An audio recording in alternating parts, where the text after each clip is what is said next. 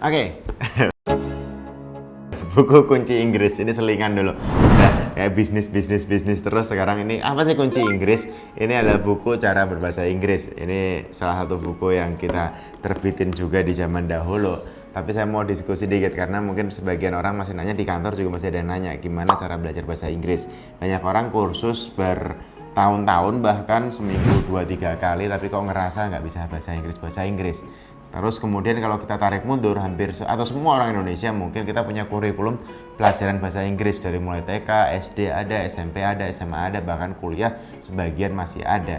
Tapi ketika ditanya bisa bahasa Inggris enggak, semua orang menjawab kayak oh nggak bisa, bisanya dikit-dikit. Bukan semua orang ya, mayoritas masih menjawab nggak bisa atau bisanya cuma dikit-dikit. Nah menariknya gimana sih cara belajar bahasa Inggris yang tepat gitu? Nah, aku mau diskusi dulu goalnya apa, atau mungkin aku bikin 2 video. Yang sekarang adalah goal untuk orang-orang yang ingin bisa memahami ketika orang lain berbicara, bisa mengungkapkan ketika dia ingin menyampaikan sesuatu dengan ucapan lisan, bisa membaca dan mengerti, dan bisa menulis dan dimengerti orang. 4 itu kan basically adalah speaking, listening, reading, and writing. Nah, yang saya tangkap pelajaran saya saat masih sekolah dulu, saya juga termasuk yang dalam tanda kutip nggak bisa bahasa Inggris yang beneran.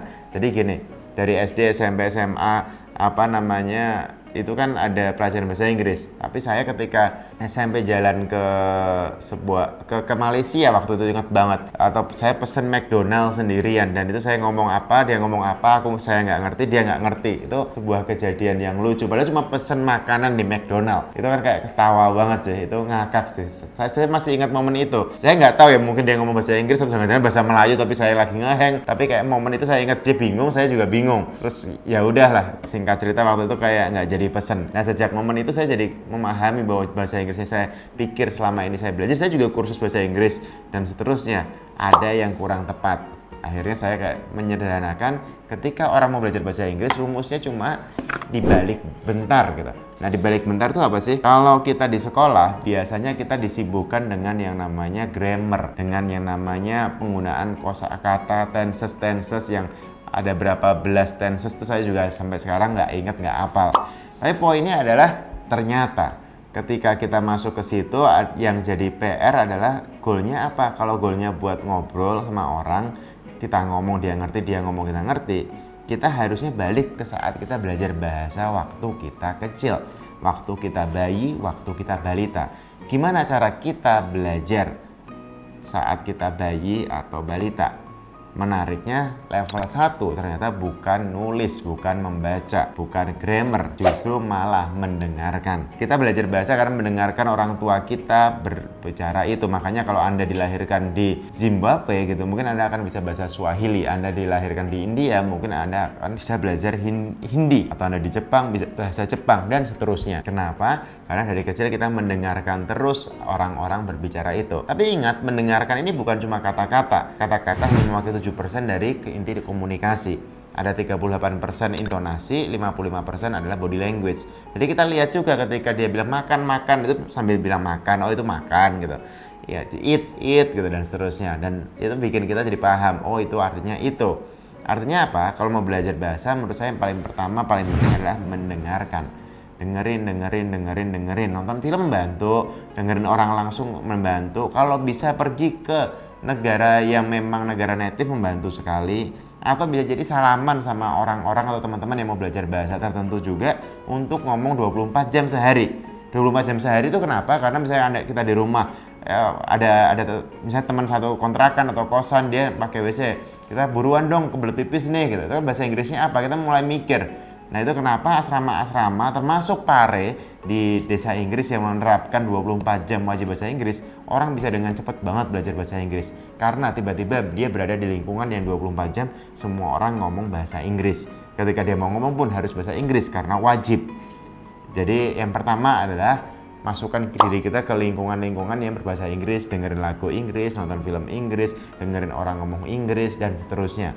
Membantu otak kita memahami dan mulai nyaman dengan komunikasi orang-orang yang berbicara menggunakan bahasa Inggris. Nah, yang kedua, ini yang miss banget kita di sekolah adalah apa? Speaking. Speaking itu adalah ngomong. Kalau kita di sekolah, saya dulu mungkin adalah jarang ngomong bahasa Inggris. Semuanya adalah pakai tulisan, jawab pakai reading, pakai tenses, pakai apa pilihan ganda dan seterusnya. Jarang ada prakteknya. Nah, oleh karenanya game paling sederhana di sini adalah salaman sama orang yang mau belajar bareng-bareng terus sepakat, atau kalau cari orang mentor atau cari tempat turis, Jack Ma tiap hari waktu kecil nongkrongnya kemana? Nongkrong di tempat turis-turis itu biar dia bisa praktek bahasa Inggrisnya. Dan itu juga ternyata yang bawa dia sampai ke Australia, sampai ke Amerika, karena dibawa oleh orang yang dia gaetin, udah nganggep dia jadi kayak keluarganya, disuruh main ke sana. Itu juga yang bikin dia jadi kenal internet. Jadi teman-teman bisa main ke tempat-tempat wisata yang ada turis-turis asingnya, temenin mereka ngobrol seharian atau apa, anterin mereka kemana-mana. Itu membantu kita bisa banget untuk punya kesempatan ngobrol lebih panjang. Atau kalau yang saya lakukan dulu sama teman-teman satu kos-kosan, satu kontrakan, itu adalah semua wajib berbahasa Inggris membantu. Saya juga ada beberapa kantor yang semua wajib bahasa Inggris. Ketika kita di Akademi Bisnis Hack, Akademi Abiseka, itu juga mereka kita wajibin 24 jam bahasa Inggris. Itu cepet banget belajarnya karena mereka mau nggak mau harus praktek, dan praktek. Nah, kata kuncinya di sini berarti cuma dua itu. Ketika kita mau belajar sesuatu ya kita harus dengerin dan ngomong. Ini level 1. Nanti di video berikutnya saya ngomong yang banyak ditanya juga gimana cara TOEFL, cara IELTS. Thank you. Cari waktu untuk ngomong, cari waktu untuk dengerin, bikin waktu, bikin jadwalnya, bikin komunitasnya. Itu akan membantu kita banget untuk makin terbiasa denger dan ngomong conversation berbahasa Inggris.